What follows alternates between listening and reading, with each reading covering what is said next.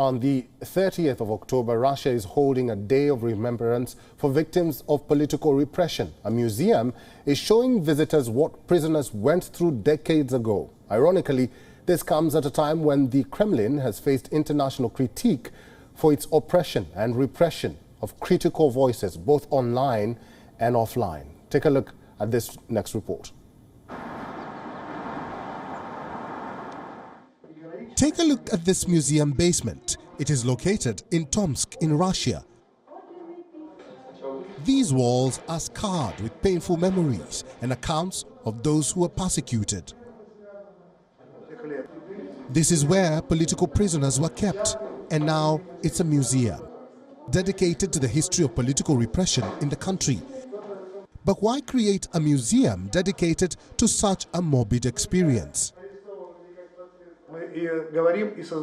We are talking about it and created it so that this should not be repeated in our country or in other places. So that the value of human life is the most important and the main thing. Not some state goals, the restoration of power, fear of the empire, or the restoration of the empire, but the price of human life.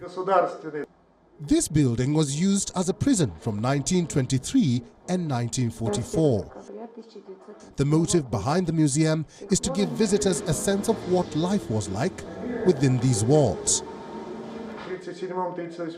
In 1937-38, during the years of Great Terror, Yazovshchina, about 11 national operations of the NKVD took place, when people were actually arrested based on their ethnicity and accused of espionage and counter-revolutionary activities in favor of a particular state. The Polish operation of the NKVD, under which my grandfathers and great-grandfathers were repressed. The German operation of the NKVD, Latvian, Lithuanian, Finnish, Greek, Romanian, and so on. Another lofty goal of this permanent exhibition is to suppress repression and ensure it is not repeated in the country, and the human life is valued above all. Incidentally, this comes at a time when another form of repression is being faced by independent journalists and Kremlin critics. They face tedious regulations and curbs. Some have been branded as foreign agents. Journalists say their views are being quashed. So an exhibition like this is symbolic on many counts. The museum has a digital database of nearly 200,000 people, a fraction of the total number of Tomsk region's prisoners.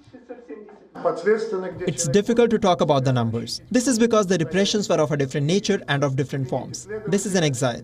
This is deportation. This is an administrative and political exile. It's also a deprivation of voting rights. These are the Gulag camps. Part of the tour includes vivid details about what was done to prisoners. It remains to be seen how many take to this kind of morbid tourism. Bureau Report, WION, World is One.